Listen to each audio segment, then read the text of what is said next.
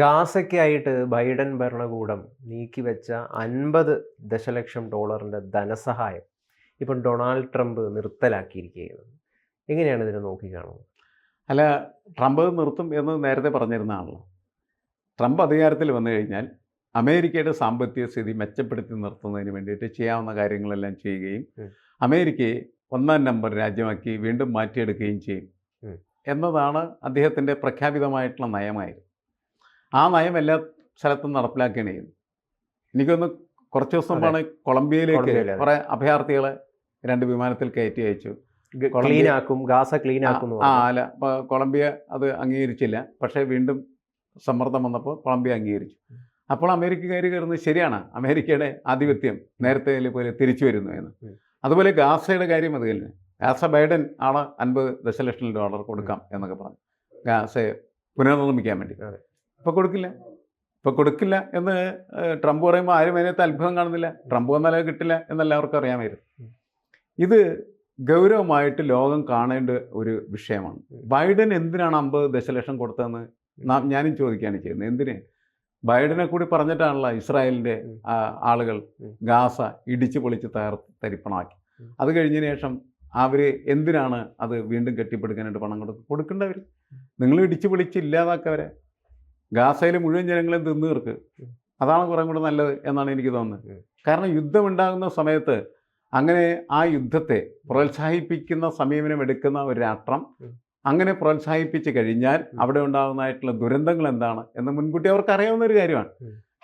അങ്ങനെ മുൻകൂട്ടി അറിയാവുന്നവർ വീണ്ടും സഹായം കൊടുത്ത് വീണ്ടും ആ കെട്ടിടങ്ങളൊക്കെ പുതുക്കി പണിതി ആളുകളൊക്കെ അവിടെ താമസിപ്പിക്കുന്ന സ്ഥിതിയിലേക്ക് എത്തിച്ചേരുക എന്ന് പറഞ്ഞാൽ അത് നമ്മുടെ ആധുനിക കാലഘട്ടത്തിൽ ഏറ്റവും മനുഷ്യവിരുദ്ധമായിട്ടുള്ള ഒരു പ്രക്രിയയായിട്ട് തന്നെ കണക്കാക്കേണ്ടതാണ്. 50 ദശലക്ഷം കൊടുക്കലല്ല നമ്മൾ പറഞ്ഞു, ആ യുദ്ധം ചെയ്തത് മുഴുവൻ തകർക്കാനായിട്ട് പരിശ്രമിച്ചു. അതിന് പകരം ആ സമയത്ത് അതിൻ്റെ തടവിട്ട് എങ്ങനെയാണ് ആ പ്രശ്നം പരിഹരിക്കേണ്ടത് എന്നായിരുന്നു ബൈഡൻ യഥാർത്ഥത്തിൽ ആലോചിക്കേണ്ടിയിരുന്നത്, അല്ല അമേരിക്ക ആലോചിക്കാൻ. കാരണം അമേരിക്കയുമായി വളരെയധികം ദൃഢമായിട്ടുള്ള ബന്ധം സ്ഥാപിച്ച ഒരു രാഷ്ട്രമാണ് ഇസ്രായേൽ എന്നത്.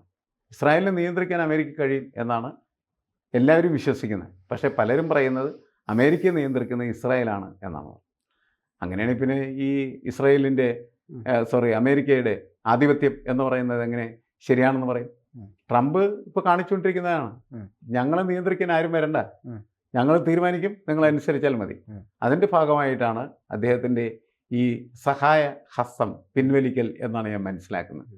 പുതിയൊരു ലോകക്രമത്തിലേക്കുള്ള ഒരു യാത്ര കൂടിയാണ് അത് എന്നുള്ളതാണ്. എന്തും ഏതിനും അമേരിക്കയുടെ സഹായം കിട്ടും എന്ന് നിങ്ങളാരും കരുതേണ്ടതില്ല എന്ന സന്ദേശം കൂടി അതിനകത്തുണ്ട് എന്നാണ് നമ്മൾ മനസ്സിലാക്കുന്നത്. ഇപ്പോൾ ട്രംപ് അമേരിക്കയെ മാറ്റുകയാണ്, അമേരിക്കയെ മാറ്റുകയാണെന്ന് പറഞ്ഞാൽ അതിൻ്റെ അർത്ഥം ട്രംപ് ലോകത്തെ മാറ്റുകയാണ്, ലോകക്രമം തന്നെ വേറെ രീതിയിലാക്കുകയാണ്. കാരണം എന്ന് വെച്ചാൽ അമേരിക്ക മാറുമ്പോൾ ലോകം മാറുന്നു എന്നുള്ളതാണ്. കാരണം ഏകധ്രുവ ലോകം എന്ന നിലക്ക് നമ്മൾ ഇന്നത്തെ ലോകക്രമം മുന്നോട്ട് പോകുമ്പോൾ, ന്യൂ വേൾഡ് ഓർഡർ എന്ന് നമ്മൾ അതിനെ വിശേഷിപ്പിക്കുമ്പോൾ, പുതിയ ലോകക്രമം എന്ന് വിശേഷിപ്പിക്കുമ്പോൾ, ആ പുതിയ ലോകക്രമത്തെ രൂപപ്പെടുത്തിയെടുക്കുന്നതും നിലനിർത്തുന്നതും മുന്നോട്ട് കൊണ്ടുപോകുന്നതും അമേരിക്കയാണ്. അമേരിക്കയുടെ അധിപനായിരിക്കുന്നതായിട്ടുള്ള ട്രംപാണ്. ഇനി ട്രംപിൻ്റെ ലോകം, ട്രംപിസം എന്ന് പറയുന്നത് ഒരു യാഥാർത്ഥ്യമാകുക. അതെ, ട്രംപിസം തീർച്ചയായിട്ടും ലോകത്ത് യാഥാർത്ഥ്യമാവുക തന്നെയാണ് വേണ്ടത്. കാരണം ഈ തീവ്രവാദ ശക്തികളെ മുച്ചൂട് മുടിക്കാനായിട്ട് ട്രംപിനെ പോലുള്ള ഭരണാധികാരികൾ ലോകത്തിന് ആവശ്യം തന്നെയാണ്.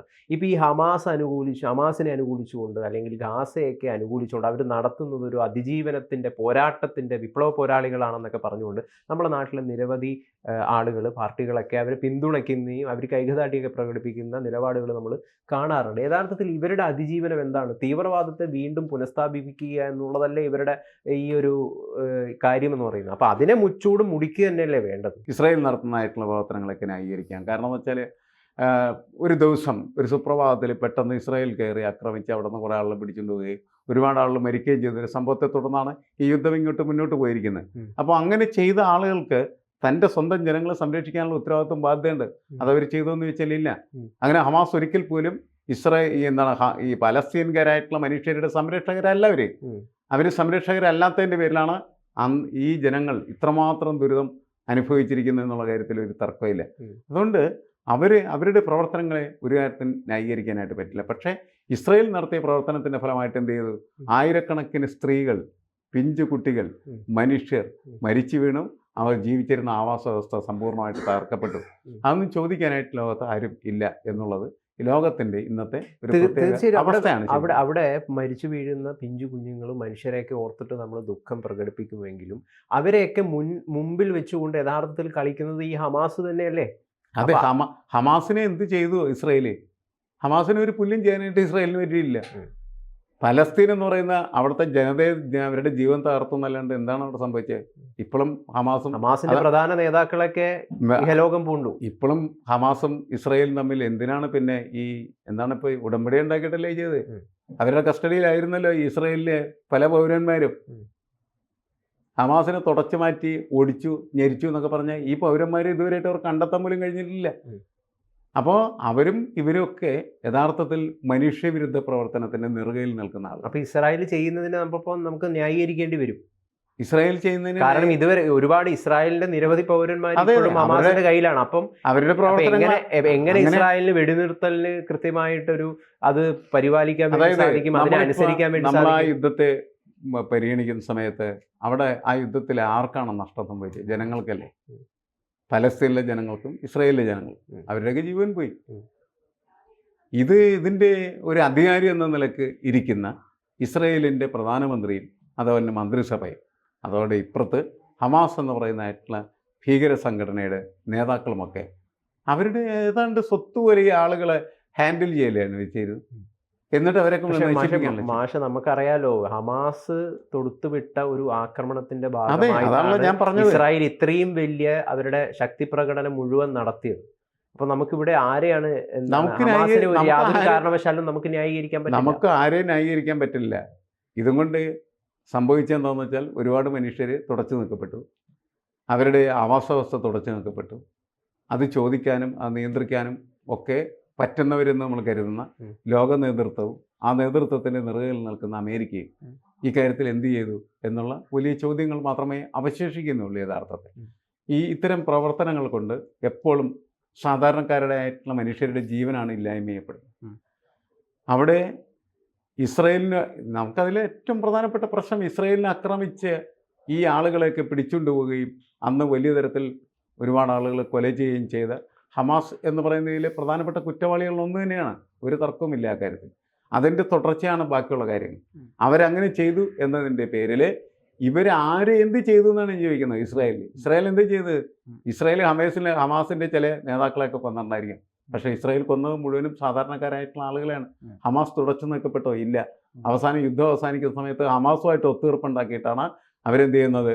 ഈ യുദ്ധത്തിൽ അവസാനം കണ്ടെത്തുന്നതെന്നുള്ള കാര്യം നമ്മൾ മനസ്സിലാക്കി. അപ്പം അത് ഒന്നും ഒരു കാരണവശാലും ഒരു രീതിയിലും ആരെയും നമുക്ക് സ്വീകരിക്കാനായിട്ട് പറ്റുന്നതല്ല. അവിടെ ഇപ്പോൾ ഇദ്ദേഹം എടുത്തിരിക്കുന്ന ഈ നിലപാട് ഇപ്പോൾ എടുത്തിരിക്കുന്ന ഈ നിലപാട് ആരെടുത്തിരിക്കുന്ന നിലപാട്?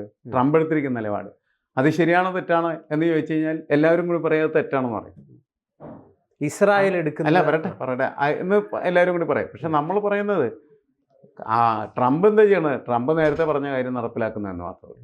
അതിനപ്പുറത്തൊന്നുമില്ല. മാത്രമല്ല ഇനിയും അവിടെയൊക്കെ ആ സാധനമൊക്കെ കെട്ടിപ്പൊക്കിക്കൊണ്ടുവന്ന് കുറേ ദിവസം കഴിയുന്ന സമയത്ത് വീണ്ടും യുദ്ധം നടത്തി അതൊക്കെ വീണ്ടും ഇടിച്ചു പൊളിക്കും. വീണ്ടും നാറാണത്തെ പ്രാന്തൻ്റെ ജോലി. അതല്ലേ ശരിക്കും സംഭവിച്ചുകൊണ്ടിരിക്കുന്നത്. അപ്പോൾ ആ പരിപാടി ലോകം നിർത്തണം എന്ന് ഞാൻ പറയണം. ആ പരിപാടി നമ്മളിപ്പോൾ ഈ വിഷയവുമായിട്ട് ബന്ധപ്പെട്ടിട്ട് വലിയ രീതിയിലുള്ള അനുകൂല നിലപാടുകളാണ് ഇസ്രായേലിന് വേണ്ടിയിട്ട് പൊതുസമൂഹത്തിനിടയിൽ ഉണ്ടാവുന്നത്. അതിലെല്ലാവരും ഒരേ സ്വരത്തിൽ പറയുന്നു, ആഗോള തീവ്രവാദത്തെ മുച്ചൂടും മുടിക്കുക തന്നെ വേണം, ആഗോള തീവ്രവാദത്തെ ഇല്ലാതാക്കുക തന്നെ വേണം. ആ ആഗോള തീവ്രവാദം ആരാണ് സ്പോൺസർ ചെയ്യുന്നത് എന്നുള്ളതൊരു പ്രധാനപ്പെട്ട ചോദ്യമാണ്.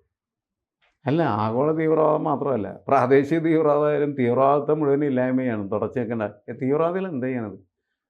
നമ്മൾ ചിലപ്പോൾ ഒരു ആഘോഷം നടത്തിക്കൊണ്ടിരിക്കുകയായിരിക്കും, വളരെ സന്തോഷം. കാരണം ഈ അധിനിവേശം ഞാൻ തീർക്കട്ടെ.